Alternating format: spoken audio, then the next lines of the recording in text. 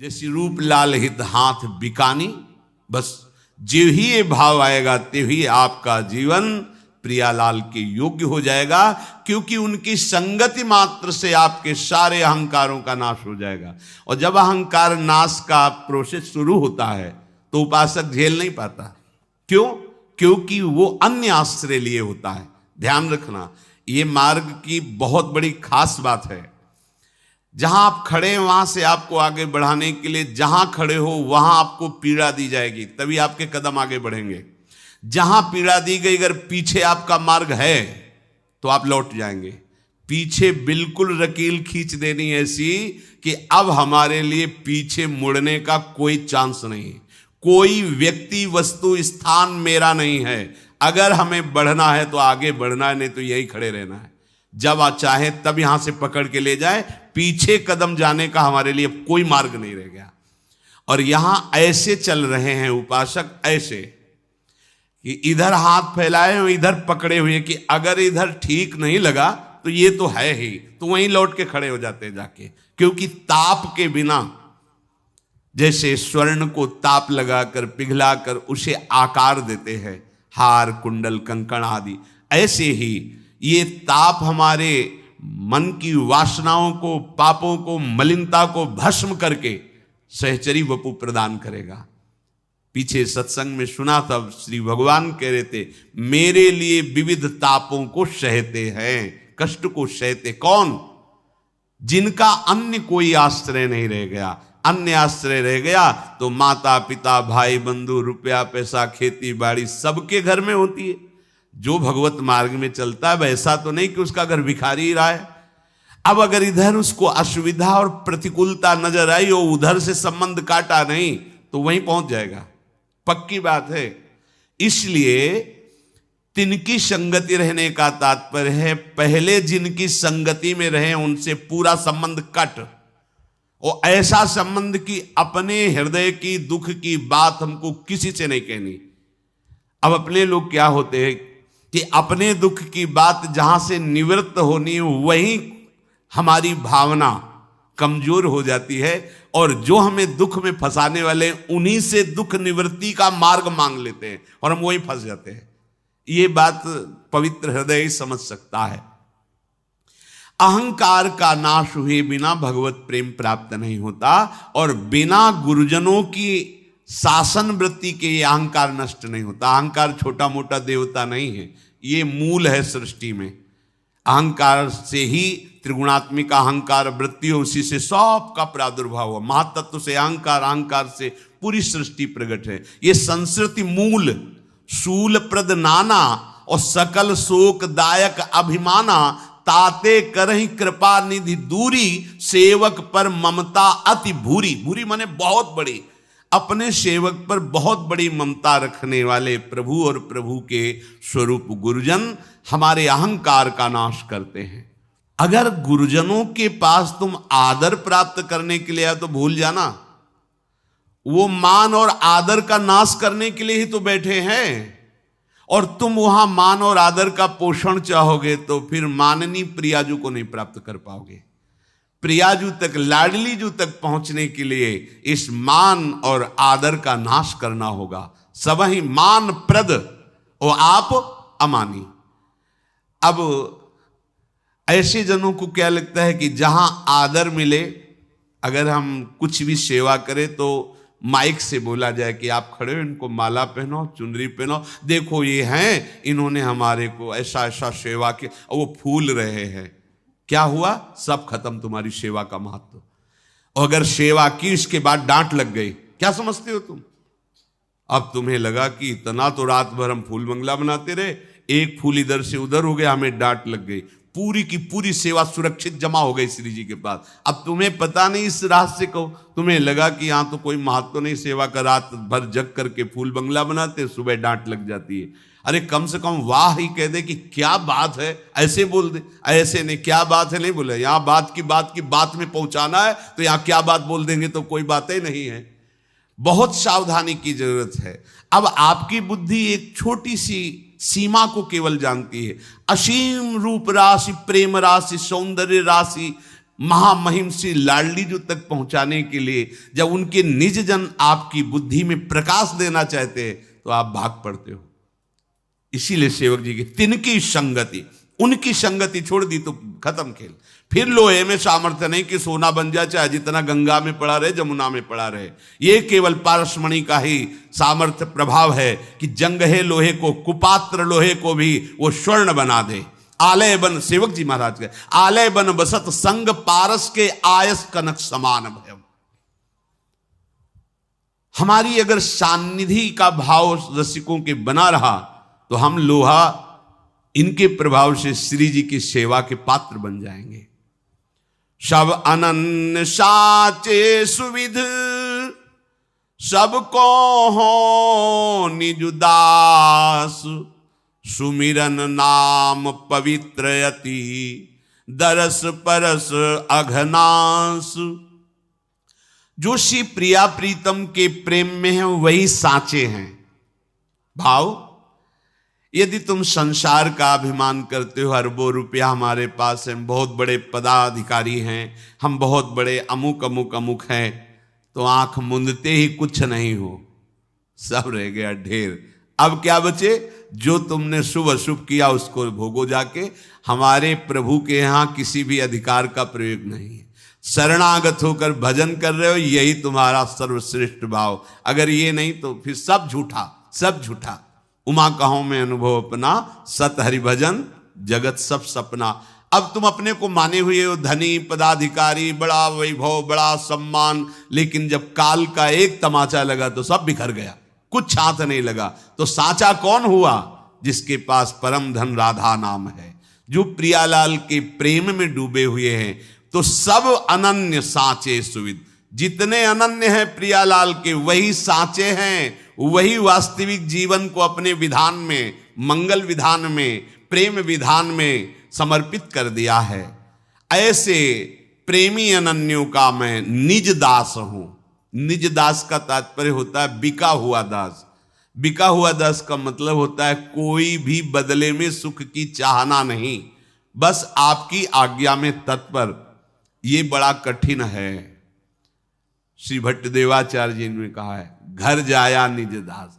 मैं आपके घर का दास हूं, बाहरी नहीं कि सर्विस कर रहे हैं हमें पेमेंट मिल रही, नहीं, आपके घर का हूं। घर का मतलब बिका हुआ हूं।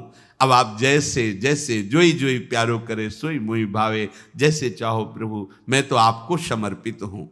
तो मैं ऐसे रसिकों का निज दास हूं। निज शब्द बड़ा गूढ़ होता है। निज जनों के साथ ही प्रभु दिव्य लीला करते हैं। बाहर तो भगवान रहते हैं और निज जनों के साथ प्रभु भगवान नहीं रहते। जिस भाव के निज जन होते उनके साथ वैसे ही खेलते। सखाओं के साथ खेल देखकर बड़े बड़े ऋषि मुनियों, ब्रह्मा को भी आश्चर्य हो गया। ऐसे भगवान खेलते, ऐसे भगवान का भोग लगता है भला? तो उनके सामने भगवान है, लेकिन निज जनों के सामने उनके प्यारे लाडले लाल हैं। ऐसे ही जो रसिक जन हैं, तो आप जब निज जनों के साथ होते हैं तो उनका कुछ और स्वरूप होता है, वो निज जन ही जानते हैं। जो निज जन नहीं है वो उस स्वरूप को जान भी नहीं सकते हैं। ये वही है, वो स्वरूप क्या है और ये स्वरूप क्या है। बस ब्रह्मा जी को है कि ये वही भगवान जिनके भ्रकुट से सूर्य डर करके तपता है, काल भी डरता है, वायु भी प्रवाहित होती है। एक सखा अपने मुख में ली हुई छाछ उनके मुख में डाल रहा है, ये वही भगवान है। ये निज जनों का है। अब निज जन जब हो जाता है तो वो निज सेवा का अधिकार, लाडली जू के, पहले रसिकों के निज जन, तब लाडली जू के निज जन, क्योंकि यहां से पास होकर श्री जी की सेवा की योग्यता प्राप्त होती। नहीं तो देखो कैसी सेवा है वहां। पत्रावलिम रचितुम कुचयो कपोले, जिनके ध्यान धरने की संभावना इन बड़े बड़े महापुरुषों को नहीं, वहां उनके श्रीअंग में सेवा करने का अधिकार। कितना निज अपनापन होना चाहिए। वो अपनापन रसिकों से आता है, किसी साधना से नहीं आता है। इसीलिए सेवक जी कह रहे निज दास, मैं उनका अपना दास हूं। ये नहीं कि किसी लाभ के लिए मैं जुड़ा हूं, नहीं, मैं उनका बिका हुआ दास हूं। इससे जो परम लाभ मिलता है वो लाडली जी के श्रीअंग की सेवा का।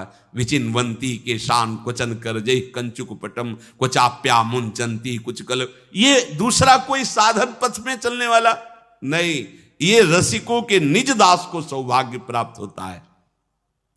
सुमिरन नाम पवित्र थे, ये रसिक जन इतने महामहिम है कि 1,00,000 बार हरि हरि कहे और 1 बार हरिदास। नाभाल गोस्वामी जी, 1,00,000 बार हरि का सुमिरन करो, 1 बार किसी रसिक का सुमिरन कर लो, बराबर हो गया।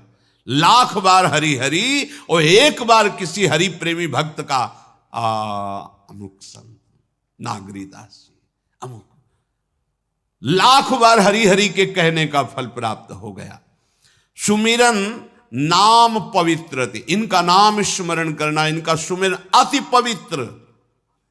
पवित्र शब्द लगता है पाप नष्ट होने पर, अति पवित्र शब्द लगता है पाप प्रवृत्ति का ही नाश हो गया, उसका हृदय रसमय हो गया। दरस इनके दर्शन से, परस इनके स्पर्श से, अघनाश संपूर्ण ज्ञान अविद्या मलिनता का नाश हो जाता है। विश्वास, इसमें विश्वास काम करता है। अब विश्वास नहीं तो दुर्योधन भी तो भगवान के दर्शन कर रहा है। विदुरानी जी, विश्वास, अपनापन, समर्पण, अहो भाग्य, आज मुझे भगवत प्रेमी महात्मा के दर्शन हुए, अहो, वो रोमांच हो रहा है, निष्पाप होता चला जा रहा है। हमें लगता है सब नौटंकी ही चल रही है, नौटंकी दिखेगी। जाकी रही भावना जैसी प्रभु मूर्ति देखी तिल तैसी। आपने जो भावना की, प्रभु एक ही प्रभु कंस के रंगमंच पर पधार रहे, और देखो भागवत में लिखा है अलग अलग भावों से दर्शन हो रहा है उन्हीं प्रभु का। साक्षात काल पधार रहा है ऐसा कंस देख रहे हैं, महाविराट बलशाली पधार रहे हैं ऐसा पहलवान देख रहे हैं। कोई देख रहा है कि ओहो करोड़ कामों को मूर्छित करने वाले लालजू पधार रहे, कोई देख रहा है कि मेरा बच्चा पधार रहा है। जो जिस भावना से वैसे ही प्रभु दिखा। इतने सुकुमार, इतने लाडले, इतने बलवान पहलवानों से कैसे लड़ेंगे, ऐसा दिखाई दे रहा है। जो जैसी भावना से देख रहा है वैसे ही प्रभु अनुभव में आ रहे हैं। हमें रसिकों की जो दर्शन वृत्ति, स्पर्श वृत्ति या शरणागत वृत्ति का लाभ मिलेगा, उसमें हमारा विश्वास काम करता है। ओ भाग्य, आज मैं पावन हो गया, भगवत प्रेमी महात्मा का संग मिला। सुमिरन नाम पवित्र अति दरस परस अघनास। दरस परस अघनास बास निज संग करो दिन। अगर हमें ऐसे रसिकों का संग मिल जाए, प्रियाजू कृपा करें, रात दिन इनकी आज्ञा में हमारा व्यतीत हो, एक क्षण भी कभी हम इनकी आज्ञा से विमुख न हो। तीन मुख हरिजस सुनत श्रवण मानो न तृपित छिन। इन रसिक महापुरुषों के मुख से श्री प्रियालाल की बातें, प्रभु की बातें, हरिजस हमारी श्रवणेंद्री सुनती रहे, और नहीं, और सुनने के लिए निषेध भी है। पता नहीं कौन सा शब्द आकर हमारी श्रद्धा पे चोट पहुंचा दे। इष्ट मिले और मन मिले, मिले भजन रस रीति, तहां निसंको है मिलिए, तासों कीजे प्रीति। उनके पास बैठकर चर्चा सुननी चाहिए, जिससे हमारा इष्ट मिले, हमारी रस रीति मिले, हमारा मन मिले। नहीं तो अगर ये ऐसा नहीं तो फिर बाधा पड़ जाएगी उपासना में, पक्का बाधा पड़ जाएगी। इसीलिए श्री भगवत रसिक जी भी कहते हैं, प्रथम सुने भागवत भक्त मुख भगवत बानी।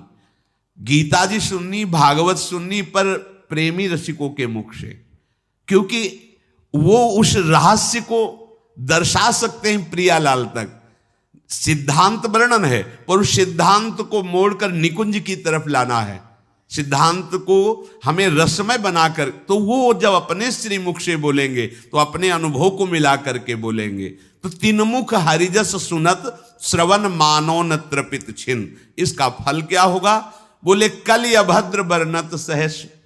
कलयुग के सहस्त्रों अशुभ आचरण हैं, जो बलात् करवा लेता है, हम चाहते नहीं पर करवा लेता है। जो रसिकों के संग में रहता है तो कलयुग के जो हजारों अभद्र आचरण हैं वो उन पर प्रभाव नहीं डाल पाएंगे, कलयुग का प्रभाव उनके ऊपर नहीं पड़ पाएगा।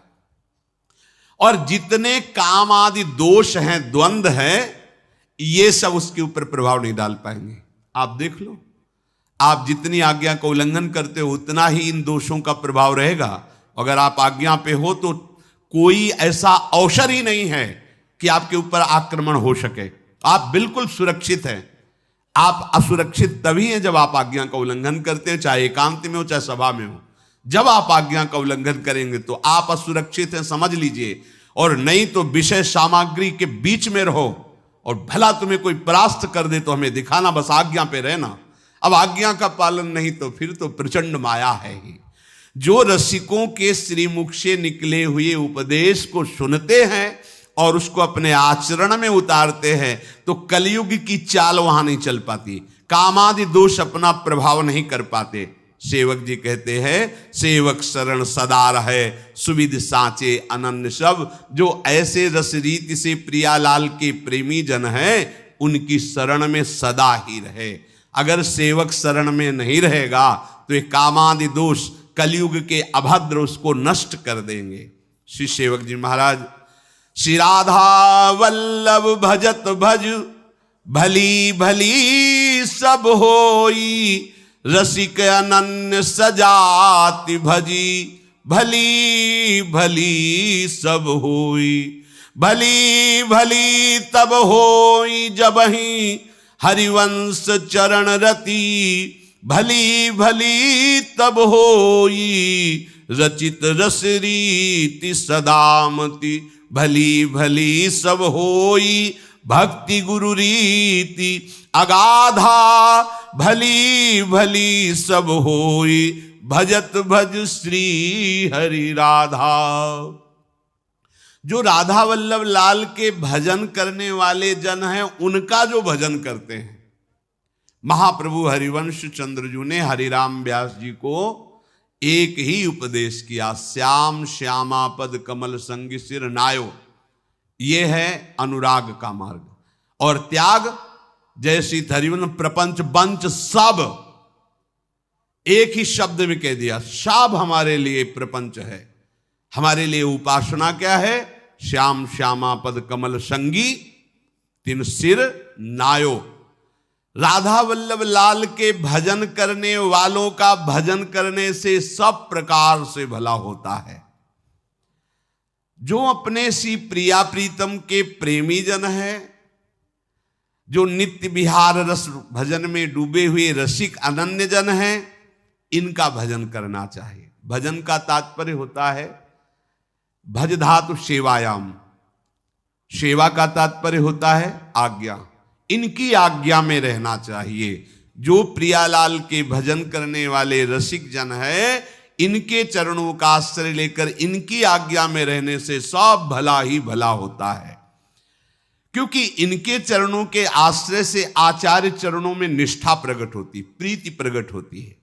बिना गुरुजनों के किसी को भी बोध नहीं होता, ध्यान रखना। चाहे शिव बिरंच सम होई, चाहे भगवान शंकर और ब्रह्मा के समान ज्ञानी हो, तो यही पता चलता है। जब गुरु चरणों में बैठो तब लगता है अगर गुरु कृपा ना हो तो जीरो के जीरो ही है, अगर गुरु कृपा हो गई तो हीरो के हीरो है।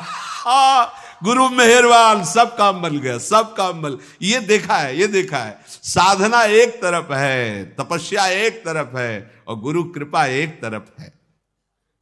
बोले जब रसिकों का हम संग करते तो आचार्य चरणों में प्रीति होती है। आचार्य चरणों में सुदृढ़ प्रीति रसिक महापुरुषों की कृपा से होती है। नहीं, आचार्य में प्रीति नहीं होती, ध्यान रखना। आप राधा राधा बोल सकते हैं, लेकिन हरिवंश महाप्रभु के चरणों में निष्ठा तभी आएगी जब रसिकों का संग होगा। तो आप राधा राधा बोलकर परम कल्याण हो जाएगा, इसमें कोई संशय नहीं। पर बिना हरिवंश कृपा के सहचरी वपु धारण करके श्री जी की सेवा में कल्याण होना और सेवा में पहुंचना, दोनों में जमीन आसमान का अंतर है।